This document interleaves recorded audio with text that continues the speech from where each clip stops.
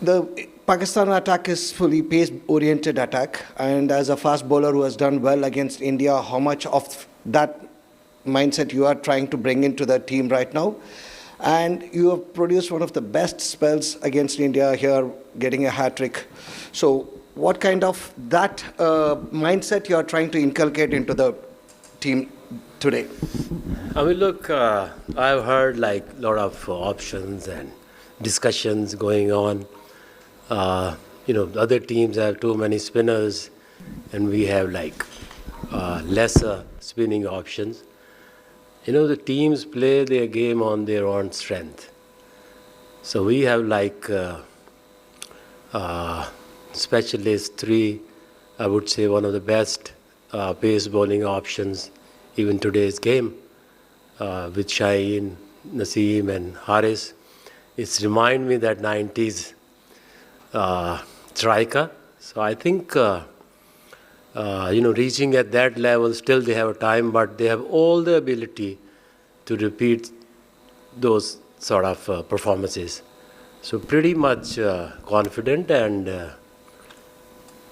I think when you play against India, it's a special feeling, and I think they will bring something very special tomorrow.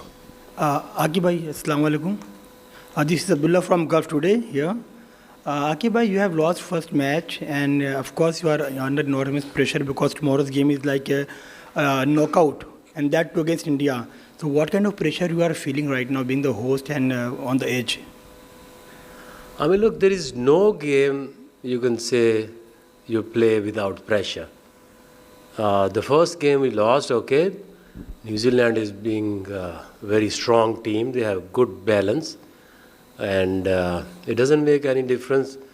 After losing a game, there is another good chance for you to win and win the third one and make it to the semis. Against India and Pakistan, doesn't matter. It's a knockout or whatever.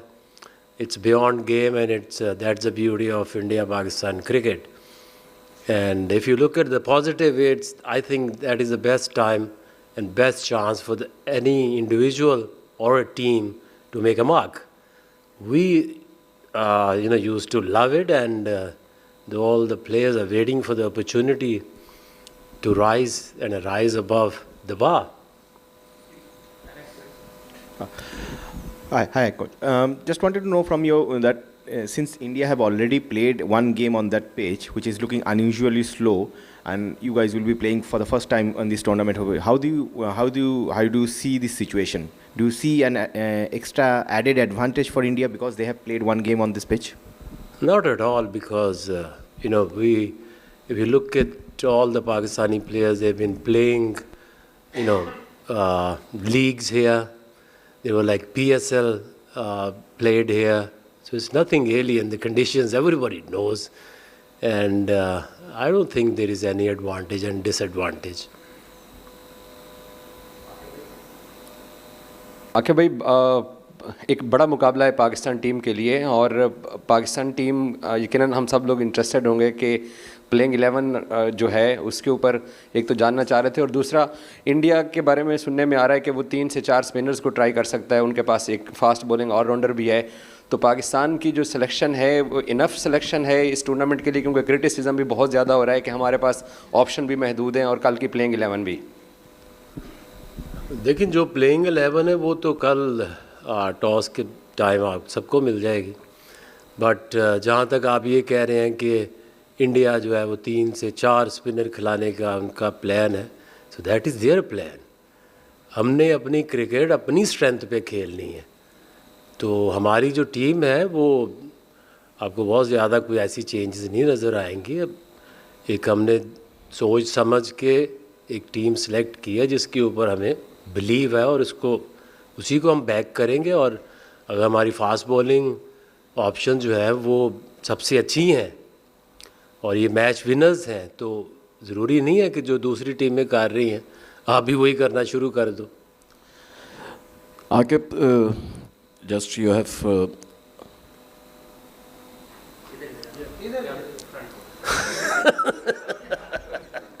I'm just in your front. Again, just you have mad words about the pressure. Every match has a pressure. And it is not a question about it, what should be the pressure. कल क्या कितना pressure होगा ये सबको पता है. उस पर बात करने की मैं समझता हूँ ज़रूरत नहीं. असल चीज़ ये है कि कल पाकिस्तान जो है उस पर इतना प्रेशर नहीं होगा जितना इंडिया पे होगा, क्योंकि पाकिस्तान जो है एक मैच हार चुका है, जबकि इंडिया को अपना मैच टूर्नामेंट सेव करना है. आप क्या समझते हैं कि पिच का जो लास्ट मैच था पाकिस्तान बांग्लादेश और इंडिया का, उसमें पिच सेकंड सेशन में थोड़ा सा बॉल स्लो आ रहा था, तो कल भी कोई ऐसा फ़र्क पड़ने वाला है सेकंड सेशन में बैटिंग में? देखिए प्रेशर तो प्रेशर होता क्या है कि टू डू वेल, और अगर अच्छा ना हुआ तो क्या होगा. तो मैच से पहले और मैच के बाद के ये सारे थॉट्स हैं. अभी तो सारे हम यही गैस ही कर रहे हैं ना कि इस मैच में क्या होगा, और यही ब्यूटी है कि क्या होगा, किसी को कुछ पता नहीं है. तो उसी तरह से प्रेशर लेना ही प्लेयर्स का काम है. अगर ये प्रेशर आप हटा दें तो what's left in Pakistan India game. Passion और ये प्रेशर ही तो चाहिए होता है किसी प्लेयर को अपने परफॉर्मेंस दिखाने के लिए. और पिचेस में अगर आप देखें तो उसमें इस पिच में अगर आप पूरा मैच को स्टडी करें तो there was like slightly turn भी थी, थोड़ा सीम भी हुआ नया बॉल, और बैटिंग के लिए भी अच्छा है. तो it's a very I think balanced supporting pitch. कि भाई फ़खर का बाहर हो जाना कितना बड़ा सेटबैक है, और and between Imam and Usman will it be a tricky call as far as picking Babar's partner at the top? I mean, look, there is no doubt Fakhar is like a match winner. Every team actually missed their match winners. So I think, but you can't depend on only one player. We'll still play as a good, strong team and try to win and try to play like good, positive cricket. Aqib भाई, शाकिर अब्बासी, मैं जब से आपने चार संभाला पाकिस्तान इस fast bowling strength के साथ अपनी होम सीरीज़ हार रही थी. आकिब जावेद आया, उसने स्पिन ट्रैक के साथ टीमों को हराया. ये भी हम होम ग्राउंड में खेल रहे हैं, होम कंडीशंस में ये टूर्नामेंट खेल रहे हैं. यहाँ पर आकिब जावेद की वो स्पिन की जो स्ट्रेंथ थी वो वापस फास्ट बॉलिंग में कैसे आई? मैं ज़रा इसको समझना चाह रहा हूँ कि आप जो बाकी जो टीमें विज़िट कर रही हैं वो 3-3, 4-4 स्पिनर के साथ पाकिस्तान आ रही हैं, यहाँ आ रही हैं. पाकिस्तान सिर्फ एक स्पेशलिस्ट के जा रहा है. तो वो एक जो दो तजाद मुझे नज़र आए वो उसको अगर बयान कर दें. दूसरा एक छोटा सा कमेंट कर दें कि हमारी होम से हम होस्ट कर रहे थे, इंडिया से दुबई में खेल रहे हैं. ये मैच में लाहौर में खेल रहे होते तो क्या कंडीशन डिफरेंट होती? पाकिस्तान टीम का मोराल और डिफरेंट होता है इस तरह?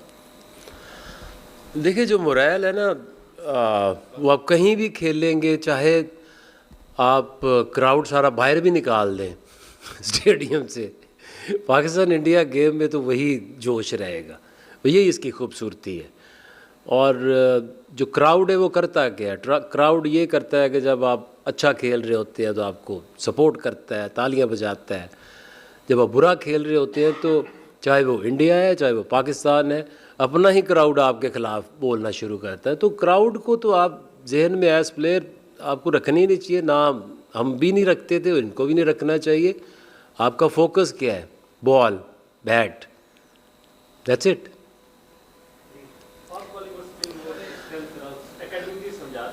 देखिए उसमें अगर आप देखें तो जो टेस्ट मैचेस हैं उसमें हम थोड़ा सा लैग कर रहे थे कि आपके जो बॉलर्स हैं जो लंबे स्पेल कर सके और उस तरह से विकटें ले सके.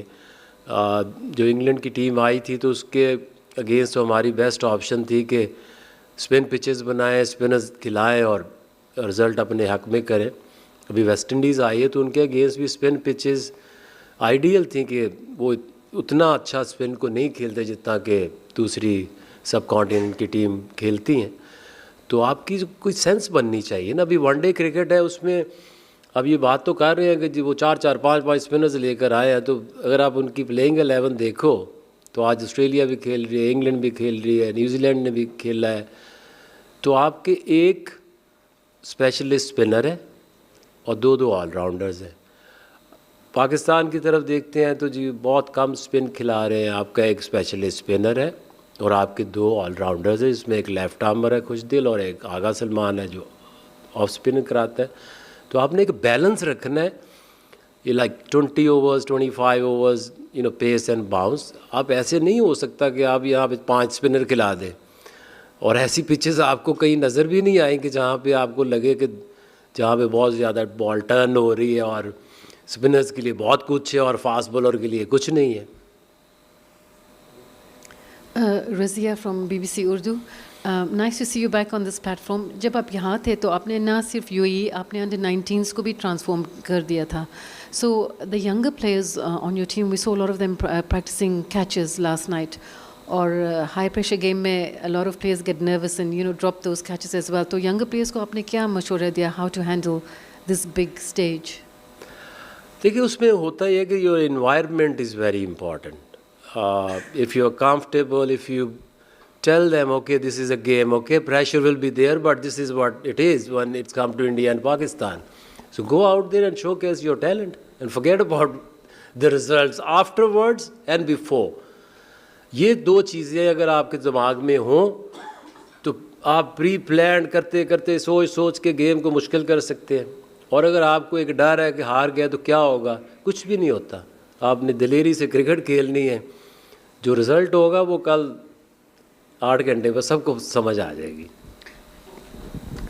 अकबर भाई, पाकिस्तान जो है अपने होम ग्राउंड पे सीरीज़ हारी, फिर हमने देखा पहला मैच भी हम हार गए, लेकिन इंडिया पाकिस्तान का मैच वो मैच होता है कि अगर जीत जाएं तो तमाम पिछले दाग जो हैं वो धुल जाते हैं। तो क्या कल हमारी टीम इस कॉन्टेक्स्ट में भी इस मैच को लेगी कि ये मैच डेफिनेटली अगर जीत जाते हैं तो हम अगले राउंड के लिए क्वालिफाई भी कर जाएंगे? तो इस लिहाज से बताएंगे टीम का क्या मोराल है?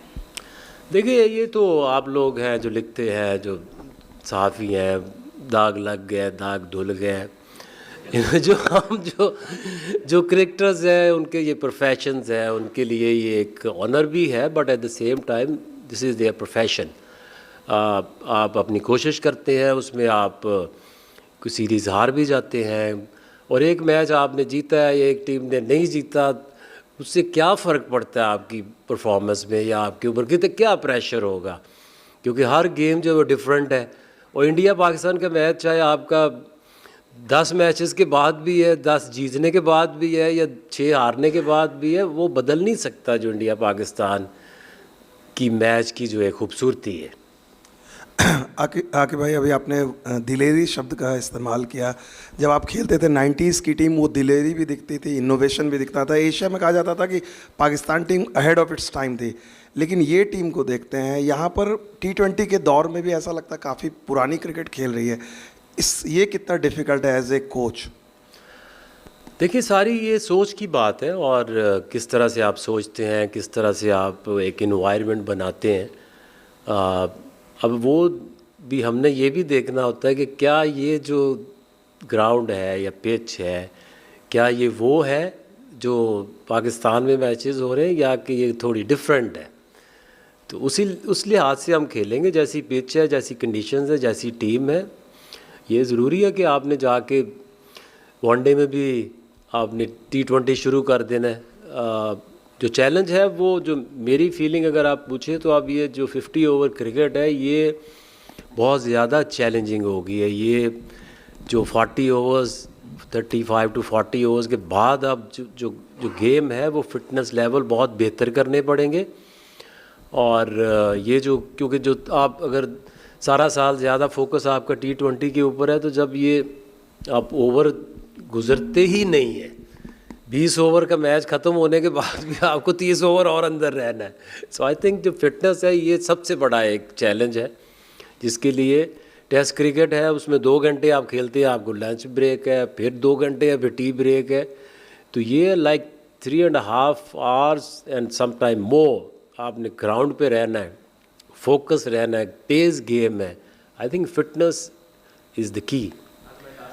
रिजवान हैदर हेयर। आकिब भाई, आपने पाकिस्तानी फास्ट बॉलर्स की अभी तारीफ़ भी की कि 90s का एरा आपको याद आ जाता है, लेकिन रिसेंटली मैचेस में आप समझते नहीं कि पाकिस्तान जो मैचेस हार रहा है तो उसमें फास्ट बॉलर्स का काफ़ी फॉल्ट है? 80 रन, 70 रन, 60 रन, 5 ओवरों में 85, 7 ओवरों में 90 रन, तो मैच तो वहीं पे ही आप नहीं समझते कि हाथ से निकल जाता है? उस पर डिस्कशन हुई है कि लास्ट ओवर्स में कैसे कम से कम रन दिए जाएं? एक चीज़ तो अब जब आप पूरा मैच देखते हैं ना तो आप पूरे मैच के ऊपर फोकस करते हैं। अगर वहाँ पे आपका जो एवरेज स्कोर है वही 320 to 350 बन रहा है, तो फिर आप एक बॉलर या कुछ दो बॉलर्स के ऊपर फोकस करें कि इन्होंने 60 से ज़्यादा कैसे दे दिए, इन्होंने 70 से ज़्यादा कैसे दे दिए। होता ही है कि एट टाइम्स आपको उस तरह की कंडीशंस नहीं मिलती। ज़ाहिर है जो मैंने बात की है, एक जो फिटनेस है 50 ओवर में, वो सबको रियलाइज़ भी हो रहा है और सबको इसको बेहतर भी करना पड़ेगा। बट आई डोंट थिंक कि एक मैच में आपको अगर 80 स्कोर पड़ गए, ये वो 90s या वाली क्रिकेट नहीं है कि हमें जब 60 स्कोर पड़ जाता था 6-6 महीने में चैन नहीं आता था। अब ये गेम तेज़ है, 350 रन्स बनेंगे तो 70-80 रन्स आपको पड़ सकते हैं। बट जो कल गेम होनी है उसमें ये गेम डिफरेंट होगी। हम अब उसको तो नहीं देख सकते कि इसको 80 पड़ गया था, अब इसका क्या करना है। Every game starts differently and finish differently.